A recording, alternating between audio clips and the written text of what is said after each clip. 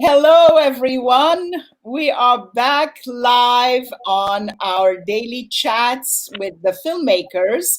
This is the Socially Relevant Film Festival's 7th annual edition, SRFF 2020, online. When the COVID situation hit back in March, we were supposed to open the film festival at the Lincoln Center and then move to a number of college campuses and end up and land at Cinema Village at the end of the weekend to do our rest of the festival.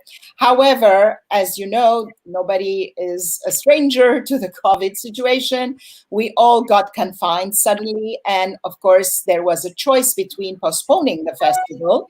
Initially, that's what we were thinking of doing.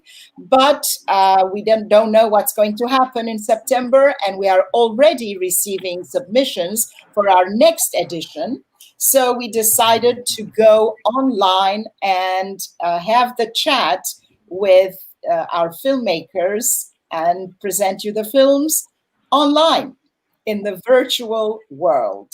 So welcome to our virtual world. We are supposed to have a moderator today, and we have two our filmmakers, but I am not seeing anybody in the studio. So I don't know what happened. Did they forget? Did they... Let me just quickly check to make sure that we are not leaving anybody behind. So Edie is not here, and the links have all been sent. Jane is not here. So anyway, okay, we are going to talk. I can see them. If they come, I'm going to allow them to come into the studio. So we have with us two of the filmmakers from the short film series. It's the fifth collection of the films. Here we go. I'll tell you. Refugees Are Human First is the title. We have 3 short films in this selection. From a Distance, the director of that film is not with us, Akram Shibly. It's a Syrian-American siblings reflecting on the impact of the refugee crisis during a visit to Lebanon, uncovering the personal price the catastrophe has on their family from a distance. So unfortunately, we will not be able to hear out the filmmaker of that film. But we have in the studio with us Khushnuda Shukurova. I hope I am pronouncing your name correctly, but Shukuri you have here. So in the film it says Shukurova, but I guess it's both. She's the film director of a short film called Detained. This is a very interesting narrative short, which is about 2 Syrian refugee siblings who receive official legal documents to permanently join their father in the United States.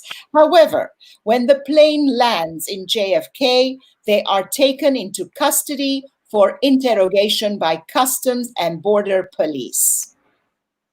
So we won't tell you what happens because you can still watch the film.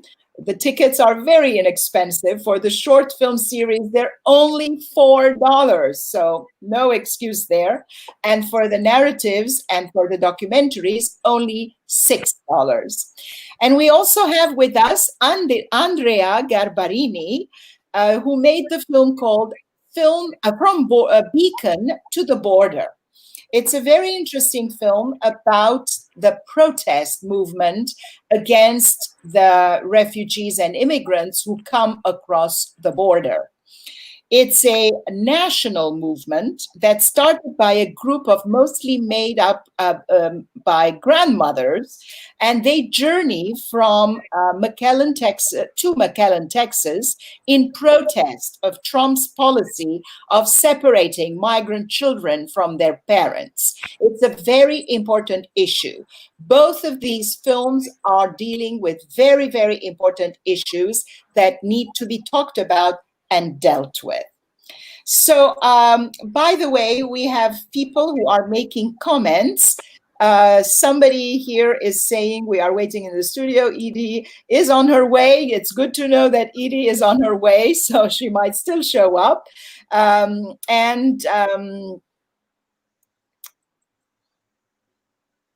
Oh, that's not the ED we are looking for. And then it says, aha, just realized there are multiple EDs. Okay, it's not the same ED we're waiting for. But anyway, somewhere along the line, the link must have been interrupted. However, I will post a note to our viewers. It's in the comments. I'm putting it. Please feel free to ask questions in the comments section here, and the filmmakers will answer you. So when you ask a question in the chats or comments section, we can post that question on the screen, and the filmmakers can answer the questions for you. Just one thing, the woman that I was inviting in, you sure she's not in the green room? She says she's in the green room. No, I can see the green room. Yeah. If she is clicking the wrong link, then she has no way of getting into the green room. Okay. I sent the link to come into the studio earlier. Okay. To everyone, reminding everyone again. Okay. She was on that chain. Really? She just, I don't know why she can't. So, yeah. Okay. I'm not sure. She just is texting me. Well, I cannot send it here. Yeah. She said, "Can you get me the correct link?" Okay, that's not the link. Okay, you guys talk to each other for a second. I'm going to deal with something here because Jane and Edie and nobody is able. There's 3 people waiting to have the wrong link for some reason. I don't understand why they have the wrong link. You guys entered the studio and you have the correct link. There's 3 people waiting. waiting. But I cannot put it in the. I cannot put it out into the. I cannot publish that link. It is private. It was sent to you in an email earlier. Please check your email. I'm going to send it again to them. Yes. In an email.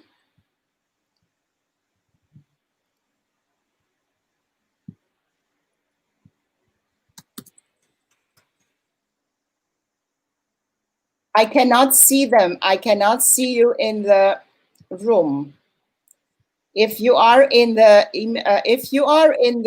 green room, I must see you, but I cannot see you guys. So which means you are not in the green room. Yeah.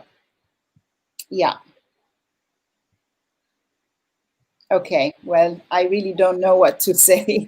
Okay, let's talk about these films, and then I am going to try to find another way of admitting our guests. I'm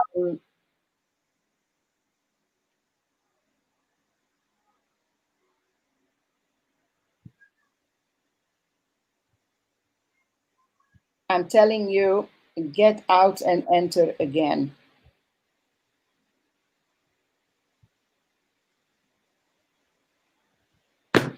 Okay. So From Beacon to the Border is a very interesting documentary. Can you tell us a little bit about how you got the idea of making that film? Yes, sure. I was appalled about what was going on 2 summers ago, where we were stopping migrants at the border and actually separating families. And I heard a friend of mine said, there's a group of elders that are thinking of going to the border, and they called themselves Grannies Respond, and they were a group of women from Beacon, New York, and they formed a group. They said they were going to go drive down and hit 5 major cities along the way and end up in McAllen, Texas, where they. Okay, there we go. Jane has just joined us. I don't want to interrupt you. Please continue your conversation. And so basically, I heard about Jane at the right moment, but now we have Andrea speaking.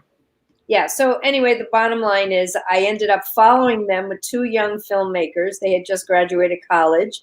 We rented a van and we went down with with the Grannies movement. And we accumulated people along the way. There was like 200 more people that came as we've made our journeys. And it's become a national movement now where the Grannies Respond group helps migrants all across the country with different, situations.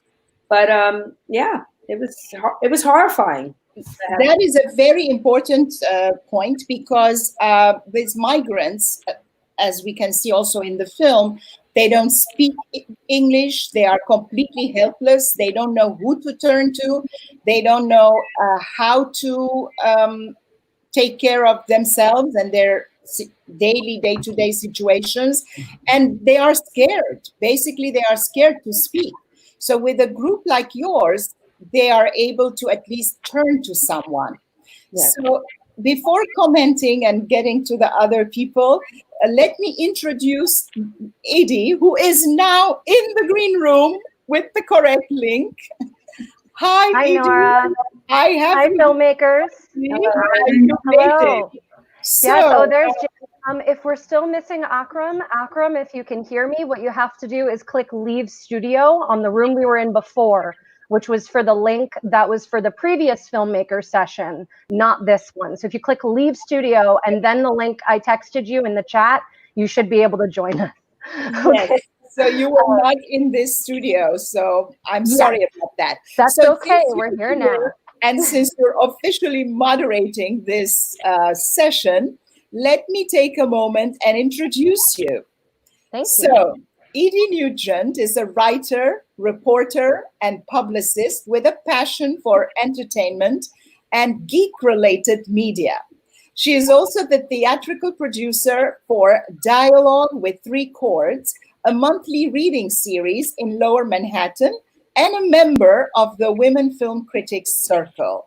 The Women Film Critics Circle has been a partner of the film festival for a while now, and we have, I'm posting your name so people can see, and she is heading a group vote of a film that is chosen. We're not going to tell them what it is now, because we have to do that on Sunday at the awards ceremony. This film is chosen from across the board, from all the films that are presented to us, and a winner is designated by the Women Film Critics Circle, and they get the Women Critics Circle Award. Since I'm here and I already introduced the first two filmmakers who are with us, let me also introduce Jane, and then I'll get out of the studio, try to find Akram, who's probably lost somewhere in the ether, and hand it over to Edie. Jane Wells is not a stranger to the Socially Relevant Film Festival. We've already hosted previous films of hers, and this one was very, very interesting. Potluck is about the legalization of pot in Colorado, and she's going to tell you more about it. She's a documentary filmmaker based in New York, and I hand over the chat to the able hands of Edie Nugent. I come out of the studio, and I will join you again and to tell you more about presents and gifts and things that you might win. See you later. Thank you, Nora. Bye. Bye-bye. Hello, ladies. Thank you so much for being here. I'm glad we all managed to get together. So I was going to ask, it was challenging. Technology, it helps and it drives us crazy, but we're here and hopefully Akram will join us soon. So I was going to ask, in turn, sort of what drives you to document? And we do have a narrative short film in this group of films that we're talking about. So I'm using the term document loosely here, but let's take it one by one. We'll start with Jane.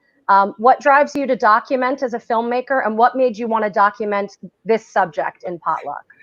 Well, typically I would work around what I might describe, or one might describe, as more pressing social issues or social justice issues. So, I've done films about genocide, criminal justice, sex trafficking.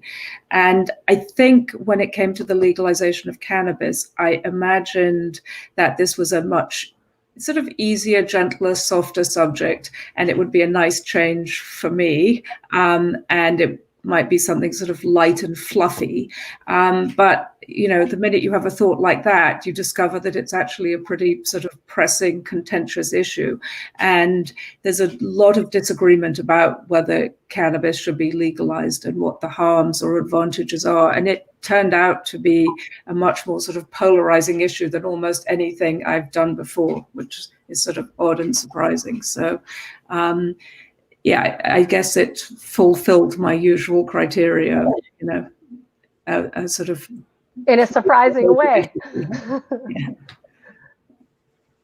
Yeah, wonderful. And Andrea of Beacon to the Border, could you answer the same question? What drives you to document as a filmmaker, and what made you want to take on this particular subject?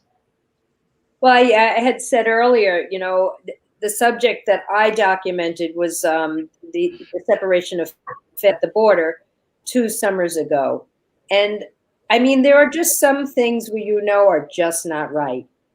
And to do that to families just struck a chord with me. This is my first time trying to make a film by myself. So I've helped with other films before with my friends Beth and George Gage that actually, very ironically, Detained, the movie, was shown with their film in Sedona. So I know the other filmmaker. Mm-hmm. And what drives me is just really, you know, giving voice to certain issues that need a voice.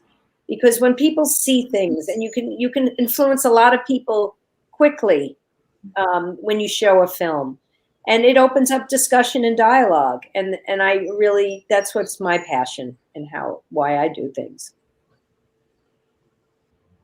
Yeah, no, it makes sense. You know, it's a very persuasive medium.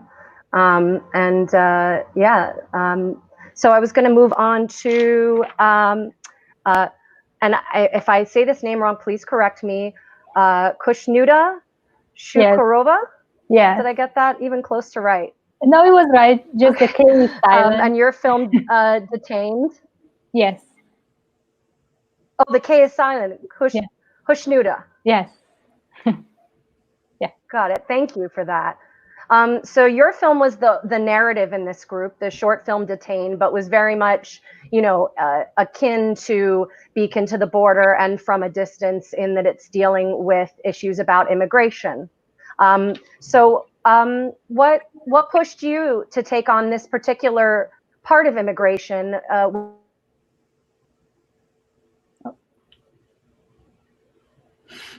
I lost you. Yeah, we lost her. She's frozen. Oh. Well, can I just jump in here Maybe and say that I watched, oh, she's back. You were frozen. Oh, I was frozen. Yeah. Thanks for taking over, Jane. You ended with what? But yeah. Yeah. Yeah, what pushed you to take on this subject, particularly this part of the immigration struggle in the United States? My background also comes in documentary, so I've done short documentaries. That was like a take on fiction, because it was kind of, I'm also a student. I mean, I wasn't a student, but I was in a visa, like a working visa. And then when the travel ban happened, then I realized that it did not affect only these 5 or 7 countries. It affected more people than it actually, the scale was bigger. And I know friends who've been like worried to go home, although their countries were not on the list, including myself. It just bothered me. And I was like, I wanted to document it, but unfortunately I wasn't able to do that. And then I wanted to talk to people who would love to, you know, like share their story. But a lot of people did not like to talk about their experience when they got inside the United States somehow that night. So I did some research, and I just relied on all these like articles coming out, the stories of people coming out, and then I kind of created the characters. The way I made them refugees and Syrians, because Syria was in a civil war and devastating. And then there's like a slight difference between immigrants and refugees. Refugees are like for survival, when immigrants are like also coming for a better life, not necessarily like, you know, something pushing them away. So the Syrian situation was also like very vulnerable, and I made the characters Syrians, and then I just tried to bring as much realism to it as I could, and based on my experience going through the embassies and through the airport checkouts and all that, and reading people's experience. So I just felt that it was right as an artist to do something about it, since I felt like useless in a sense, like when this happened, and I couldn't even go to demonstrate. So that was like bothered me, and I was just like, it was just like I felt like obligated to do the story. So I just sat down and I started writing it, and that was like it. Yeah. Yeah.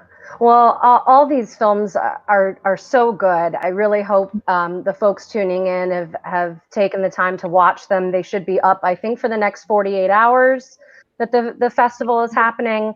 And I wondered, you know, what is difficult about attempting to represent such polarizing issues on film? I imagine that creates a challenge in both documentary and narrative filmmaking.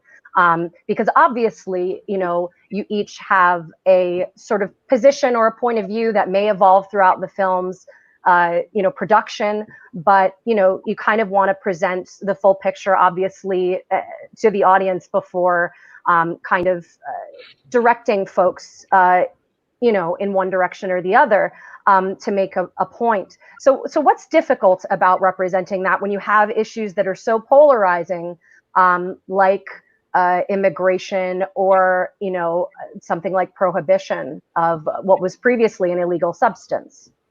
And we'll start with Jane again.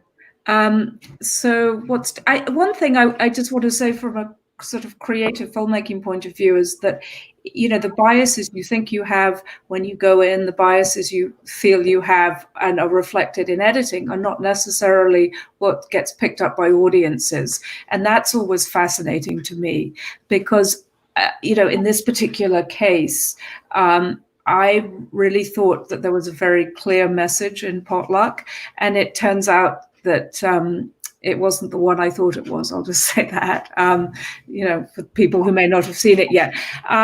So that's just always, you know, it's so hard to realize that people genuinely are absolutely sort of intractably in their position on this. And that would be true whether we're talking about cages at the border or immigration. I mean, it's hard for people like us who make these types of films to realize that people really do approve of the kind of things that we find unacceptable and are driven to make a film about.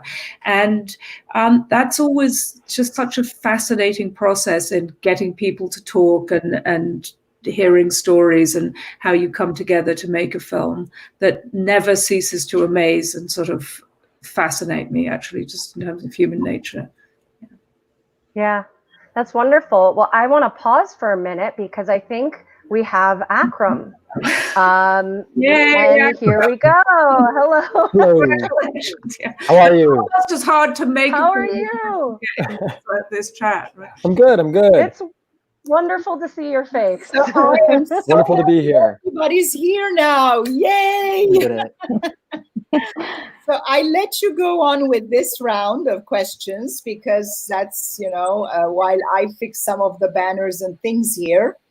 And I'll pop in at a moment, like halfway through, to give some further remarks. Okay, wonderful.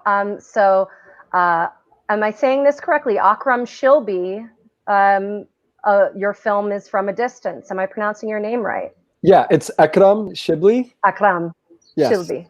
Okay. Shibly. Thank you. Thanks for that. Go ahead. Do you want to, Akram, do you want to introduce your film a little bit real quick, just so the audience watching can get a sense of your work? Sure. So From a Distance is it's a short documentary film that's it's essentially a home video. That's pretty much what it is, but it's also a reflection on the impact of the refugee crisis on my family, Syrian Americans, on our city, the city of Buffalo, and the world. I felt like a lot of people are disconnected from the refugee crisis because they see it as, a conflict that is affecting masses of people across the ocean. But the truth is, the tentacles of conflict, they reach deep everywhere, even here, even in America, where there are many Syrians who have family, many people who have been affected and hurt by war. So I just wanted to kind of create this video journal to show a little glimpse on how my family was affected, but also how the refugees who are labeled refugees, who aren't treated as immigrant citizens normally treated, are suffering simply because of paperwork. So that's just not. Okay, we're having a little bit of connection problems with you, Akram, just so you know. But I could hear you pretty clearly, so I hope the audience does as well. So we were talking about what's difficult in representing polarizing issues on film. But I kind of wanted to segue into talking about the fact that all the films in this series deal with prohibition, whether we're talking about substances or prohibiting people and their movements. And what did some of you feel the common threads are in why prohibitions happen and whose interests they really serve? And if we could go to Andrea for that first. Well, I think it's fear of the other. It comes down to, other, the migrants. It's incredible to me that we, this country, feel this way, because America is a country of migrants and immigrants. And I think what we have to ask is, what is being an American, right? What does that mean? I mean, and I think if we can get to a place where we accept everybody as contributors to this great experiment that we call America, that we would all, and it's about love, and it's about just reaching out and having compassion and empathy for our fellow human beings, because we're all in this together. And with my movie, it was about a bunch of elders that went down to the border, and like you said earlier, how do you show these polarizing issues? But what came out, I hope, in the film a bit, was that these were grandparents that were just saying, we want to take care of the people that come to us. What happened there? I don't really know. Yeah, I love the line in that film one of the grandmothers says about how it's the grandmother's responsibility to remind the young ones of what they need to pay attention to. It's so wonderful that the film is great for that. I think that came through quite strongly, at least in my opinion. And Khushnuda, sorry, apologies. So what do you think about prohibitions, why they happen, and who benefits from them in the context of your film? I think I agree with Andrea. Fear of the other and all the other things. I'm not American, so I have less things to say, but I am like someone who probably would have been one of those that banned. And imagine like you're going somewhere for vacation and you come and you have like life here and everything is left here, and then at the airport they tell you like you cannot come anymore, and the visa and everything you have doesn't matter anymore. And then that's like really scary, because you're just like, wait, I have some life. I know people who had been students and they had like cats and like, dogs in here left for like someone to look after. So they're on vacation and came back and they couldn't enter. And I think that was like really a scary moment where you like don't understand what's going on. I think the fear of like a chaos that it created for so many people. And then I think it in the whole country was just like very scary. And while being here, I try to kind of portray it in this short 10 minutes of like maybe just one story that has represented so many people. There were like very scared and didn't know what's going on, and they were not told what's going on, and they were sent back to places they were like not even home. Some were just flying from a different country. So I really don't know how to. I don't know if I answered the question, but that's like my opinion. I appreciate what you're saying very much. I think that the chaos of the situation was really evident in your film. How we kind of pan out to the protests, and the father that's trying to meet his children is looking around, and you feel a real sense of the country is there are people in the country that are uniting to try and stop this thing that's happening, but then there are these people caught in the middle, just their lives caught in the middle. This isn't a protest sign for them. This is their life. And that was really strong. So I think Nora had some questions, some viewer questions that she wanted to share. Yeah, I'm getting some remarks from very interesting remarks. Some of them are just remarks and saying thank you so much. Like there is Dr. Sausan Tabba here, who is thank you, Akram, for reaching the Syrian refugee voice to the world through films. And also we have questions, particular questions. Let me start in the order in which they came in. Samar here is saying, congrats to all the directors. Short block films were very moving. We need more of these films. Thank you. So there you go. And then I have a question here from Michael. It's a question for Beacon. Did you encounter the kind of resistance to filming at the border that others have? Resistance at the border, meaning, I'm not sure if he means like, authorities at the border. We had some resistance going across the border and filming. We had the grandparents going over the border, and we had a little bit of an issue with some Mexican border patrols. We were filming in the wrong area, and it wasn't because we were filming our content or what we were doing. It was just being in an area we weren't supposed to film. We met some people along the way that were resistant to what we were doing. And we had some discussions with Americans, who didn't understand why we were, they would give us comments like, well, Obama did this. Why are you so upset with this policy? And we'd have to explain that this is not the same. This was a policy put in place to separate families. But that's what I can say there. We were okay. We did get into some, issues filming in certain areas, but on a whole, everything worked out okay. Yeah. So next we have Samar again. She's asking a question to Khushnuda. The acting was genuine. Are they actors or people who experience this matter? I thought so too. They were so superb as actors. It's like, oh my God, we're really there. Is this a documentary or a narrative? Which one is it? So thank you. Yeah, thank you, Summer.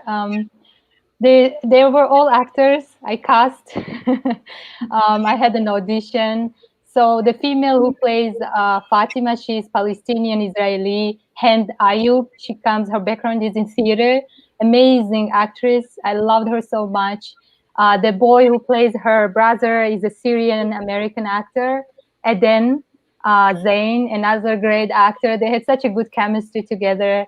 The two officers are professional actors, and they were so good. Thank you, and I hope they're watching this, and praise to them because they did amazing job, especially when there was scenes between Fatima, the character of Hind Ayub, and the officer played by Keith Dorman, and both of them came prepared so well that we didn't have many takes. They had go through the whole thing at one time. Wow. The question and answer, and then there was a scene where Fatima talks about her experience, which did not make it to the movie, but she's very emotional. And then when we cut, we wanted to give her a tissue, but we didn't see because we were over the shoulder of the actor officer, and he's like, "Can I have tissue too?"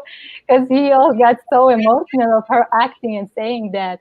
And that was like so wonderful, and everyone was so understanding and much more experienced than I was on set. So I really appreciate that that came off as like so well, but it was all professional actors, and I thank them. We also have a question for Jane. It says, current stories that AG Bar is pushing to investigate cannabis companies because of political, religious opposition. Are you aware of any particular impact so far? From AG Bar, no. I mean, this is pretty much the traditional position of former AGs. Jeff Sessions called cannabis the, devil's lettuce. One thing I will say about that has had an impact is that the cannabis companies in California and Colorado were not able to apply for PPE loans during the COVID crisis because they couldn't get any sort of federal help in that way. And that did have a huge impact on those businesses, whether you consider them to be legitimate or not. In the states where they are, and they were not able to apply for federal relief for that. So I thought that was interesting and impactful for them, yeah. I think I'm out of questions so far. No more comments. So please carry on. If there are more coming in, I will tell you. Okay. All right. Thanks, Nora. Here in America, obviously, there's this ongoing national conversation about race. And I wondered, how does race play into or complicate the issues that your films dealt with? Because obviously, Jane's film is here in America, but, we have a lot of different nationalities being represented in these films. And I wondered if you could each talk about sort of things that an American audience might not be aware of. And maybe if we want to start with Akram. Yeah, I mean, I was just kind of actually thinking about one of your earlier questions, and I think it kind of ties in to this one. Sure. About prohibition and who it serves. Prohibition, it doesn't benefit anyone in truth. I mean, there's an appearance that it does, but studies have shown that the economic impact, the social impact is far more harmful than anything. But what it is, in my perception, intended to serve is the idea of white supremacy. The war on drugs, for instance, was targeting communities of color to incarcerate them.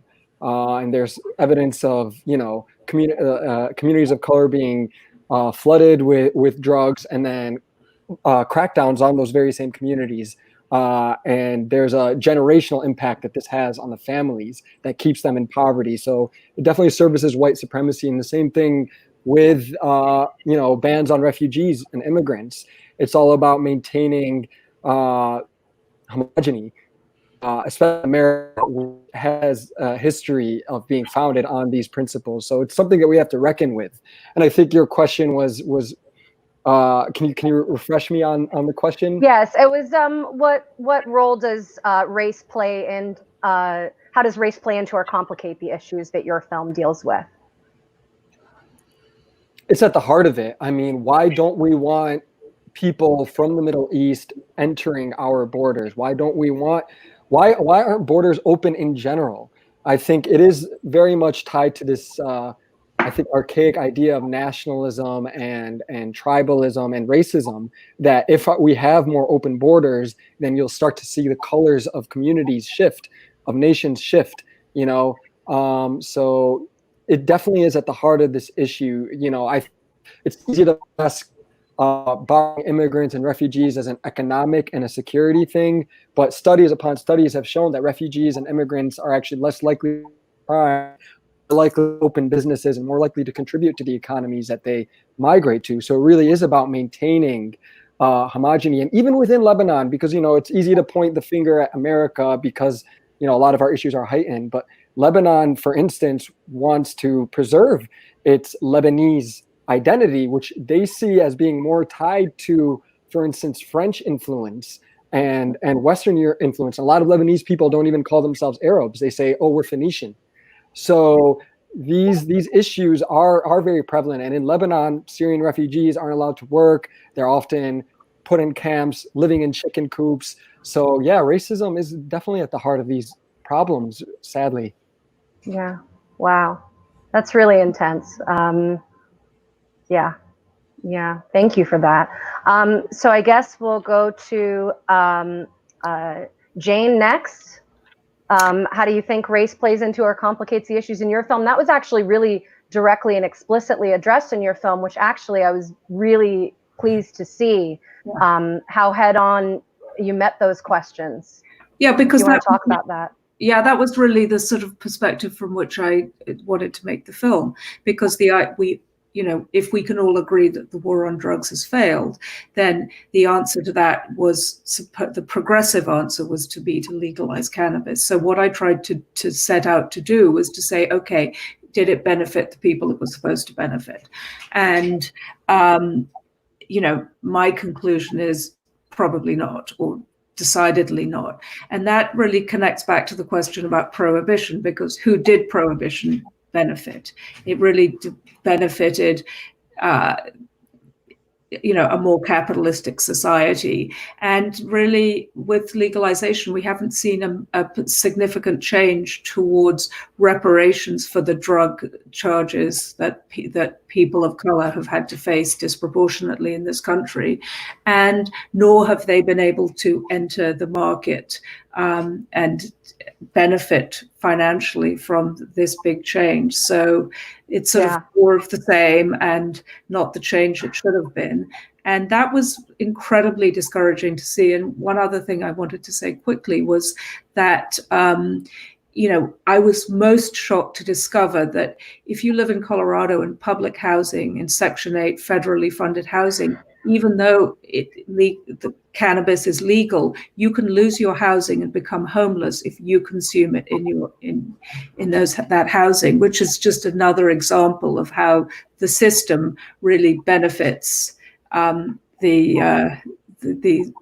those who least need to be helped at this point. Yeah, that was a shocking fact, and not at all shocking if you're paying attention to things or trying to become aware of things, because again and again you see this federal versus state situation impacting people disproportionately. And there was that detail about how it was harder, I forget who says it, but said that it was harder for Black folks to get background checks to come through well for them. Like they couldn't even apply in the same way, it seemed, as white people were, to be bud tenders or to run these dispensaries.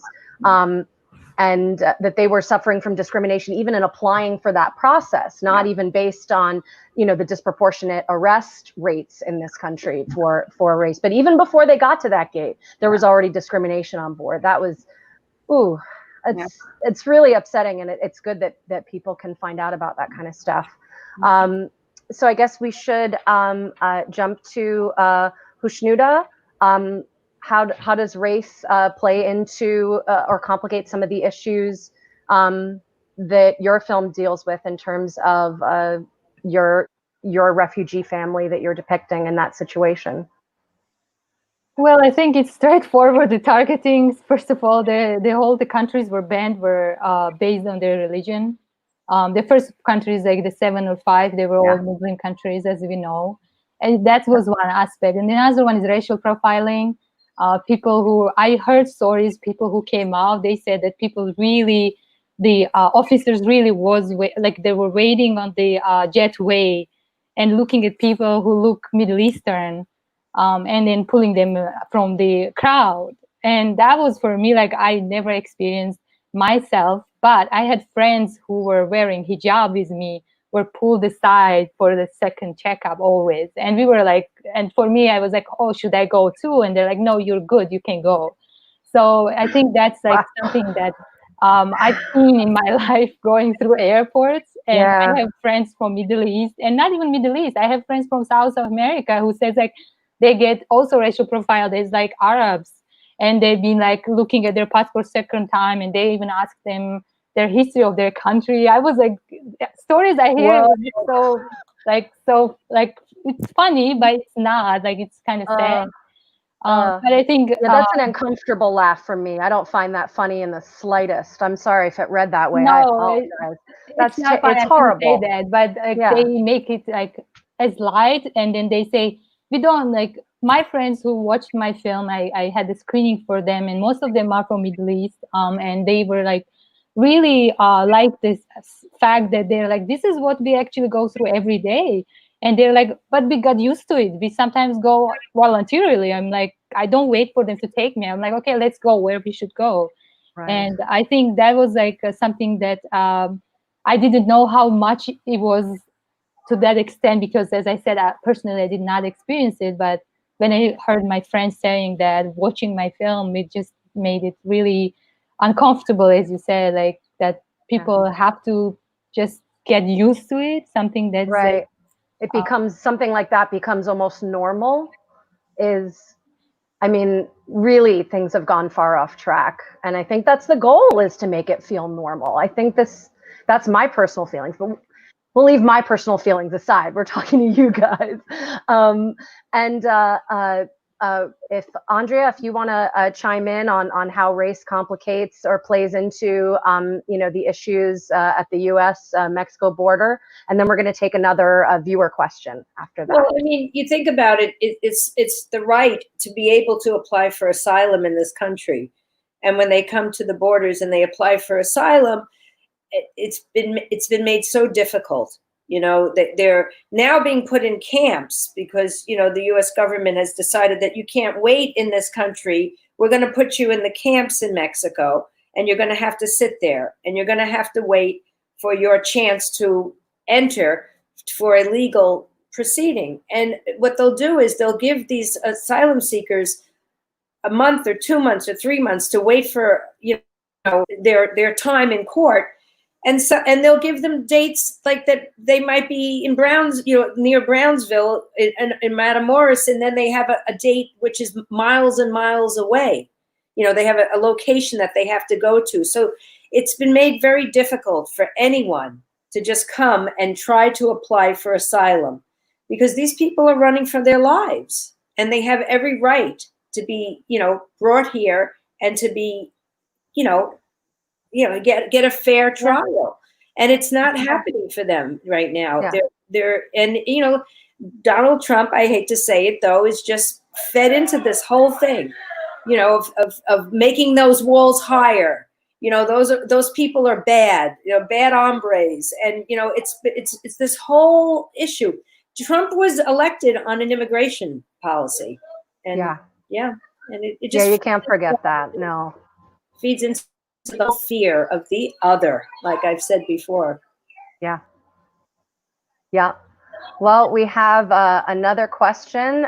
This is from Sunil Jethwa. Do you think many of the leaders try to use race as a way to scapegoat other political or social issues such as classism? If anyone wants to take that first.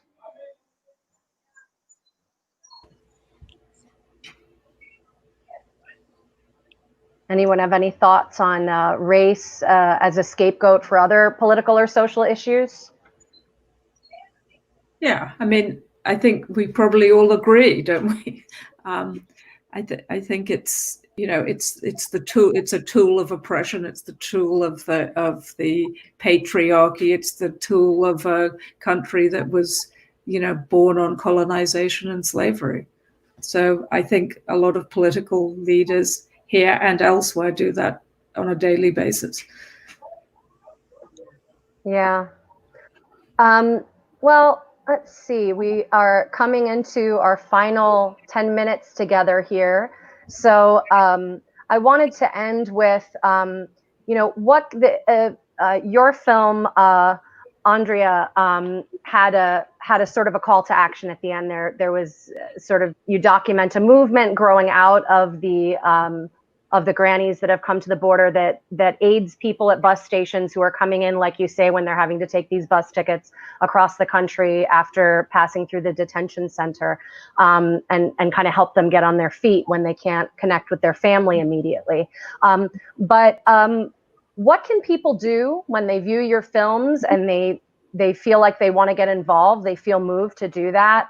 If you have any information on sort of organizations or things to read or listen to that can kind of help them on that journey, I wanted to take it one by one, and we can start with Khushnuda. So, like, any organizations you asked? Sorry. Yeah, if there are any, I mean, really any material, if someone sees your film and they want to know more, they want to become more educated about this topic, they want to maybe participate in trying to help make this situation, less of a reality for folks. If you have any information on how they can get involved or any resources that they should consult, even other films to watch, just to kind of help broaden their horizons, would be great. Well, generally, I would say go vote.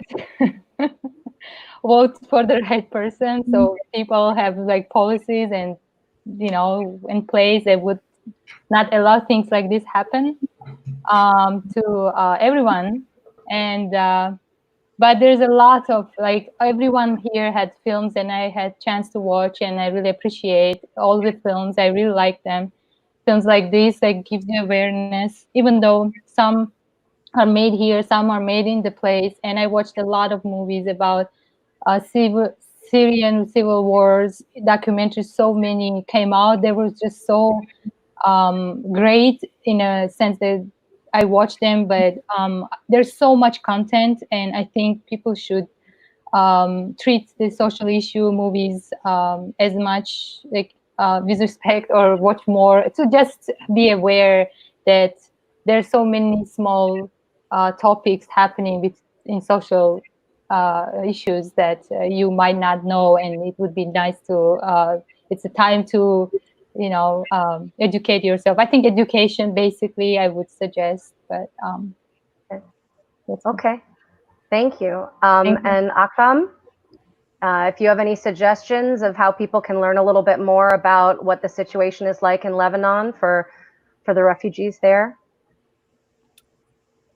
Certainly. I mean, there was something in my film that my sister said, which is, it starts at home. I hesitate to even recommend anything to watch, because I think there needs to come a point where we need to stop watching and start getting out there and start actually meeting people who are being affected by these tragedies. The refugee crisis, currently there are more refugees worldwide than there was even after World War II. There's even an argument to be made that we are in a more difficult, and we're facing more unrest than we have been in World War II. I mean, it's spread. There's so much proxy fighting going on, but if you really want to learn more about the refugee experience, if you really want to learn more about the migrant experience, or even people who have been incarcerated for minor offenses, you can go out into your community, and chances are there's probably someone within 5 miles of where you are who would love to connect with you. So my advice is just to go out there and reach out to those people in your communities. Just stop watching. I mean, not watch these films, watch everybody's films here, but then and then go out there, and because we've seen enough, I feel, and it's time that understand. There's humans behind the stories. It's time to form relationships with people in your community and start to see them as humans. And one other thing that I would love for people to do is to just reimagine the labels we give people. Immigrant, refugee, even criminal is a dehumanizing label. We're all people, and whether we migrate to another country because we want a better education, a better job opportunity, or to flee from war, we're humans, and we're moving because that's our nature. So that's what I'd love for people to do. Yeah, excellent. Thank you. And Jane, if you have any final, thoughts if folks sort of see your film and are want to become engaged in kind of the race issues that it touches on and the inequality and getting something like, hey, let's reduce sentences, let's get people out of jail for these minor marijuana offenses now that we're all making so much money off it in Colorado especially, but around the country. Yeah, I mean, absolutely. I think one thing I was going to say is, voting is important, but I think it's really important to be smart about down ballot voting, and to know what people all the way down the ballot feel about the issues you care about generally. And I think that's important. The other thing I was going to say is that, I run a not-for-profit called 3 Generations, and this is one of our films. And we have a lot of content actually about the refugee crisis, specifically about Syrian refugees, and also more recently Rohingya refugees from Myanmar. And so, there are several calls to action on our website about these issues. The cannabis one is probably the least congruent with this other conversation, but I think down ballot voting, it's similar to going out into your community and seeing who else you can meet down, but knowing what the judges, the attorney generals you're voting for, how they feel about the issues you care about is really important, because you can't just vote by oh, he's a Democrat, she's a Republican, that's the way I go. So that would be my generic advice. My specific advice, visit our website. No, it's very important advice. I mean, here in America, you have local council members and speakers in all levels of government, and they are accessible. You can email their office and you can get a reply. If you live in a smaller town, I've emailed my local mayor's office and gotten a reply. So, definitely. We're certainly seeing that around the policing issue, how local, and around COVID too, actually, how localized response is absolutely critical. And that goes for refugees. And what is your website, Jane, that folks should check out? 3generations.org. And there are stories we're filming refugees in particular for 15 years, many stories there and documentaries. Yeah. Wonderful. Thank you. And Andrea, we'll end with you. What resources, if people want to get involved, if they're moved by your film, what can they do, check out? What are your suggestions? I would love you all to go to the granniesrespond.org website. We have now established a place where people can go. They can get information about volunteering at the border. There are, camps, like I've said already, that are just housing refugees, just sitting there waiting and hoping. We send people down there. We help with a lot of local organizations. Also, if you live in a community, there is an immigrant, there is a community, there is something that is helping the immigrants. Where I live, there's a place called Neighbors Link. You can go there. You can teach English as a second, to people. You can actually offer to drive migrants to their court dates. I mean, there's all sorts of things you can do. And the most important thing is just to remember, like you've all said too, just to be kind and to know that, we're all in this together. And it's ridiculous that we think that it's still the us and them. So be kind. Yeah.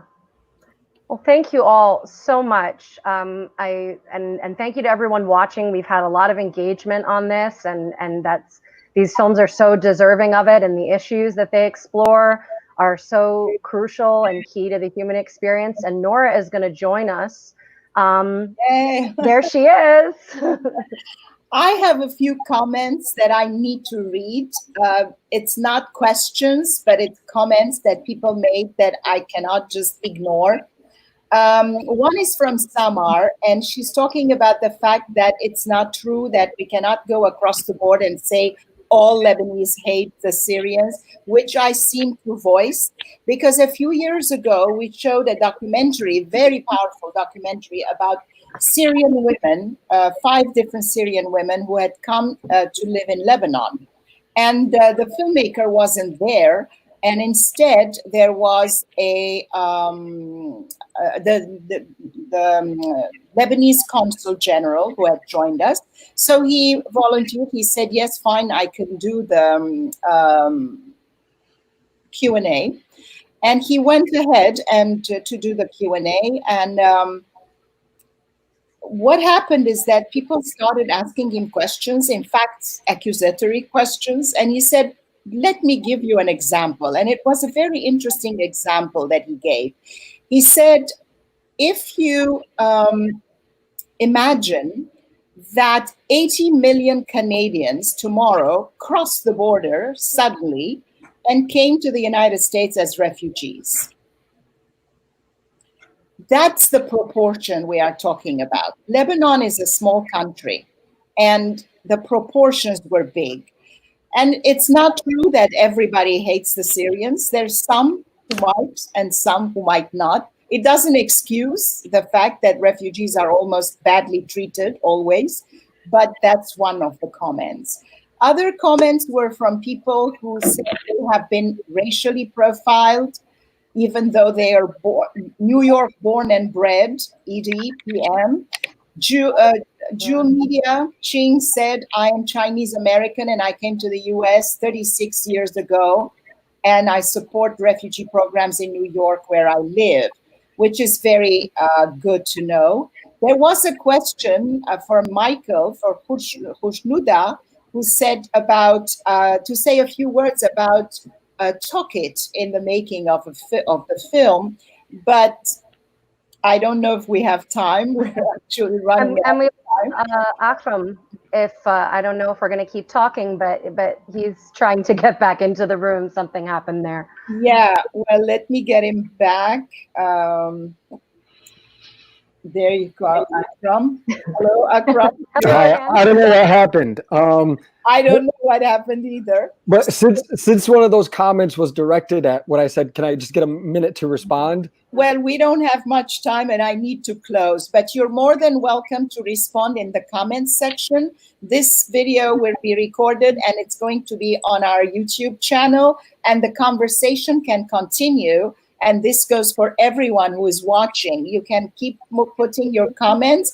And if the question about Tokit in the making of the film, which was aimed to Khushnuda, you can answer all these questions and engage with the commentators. Because I have to tell you about this.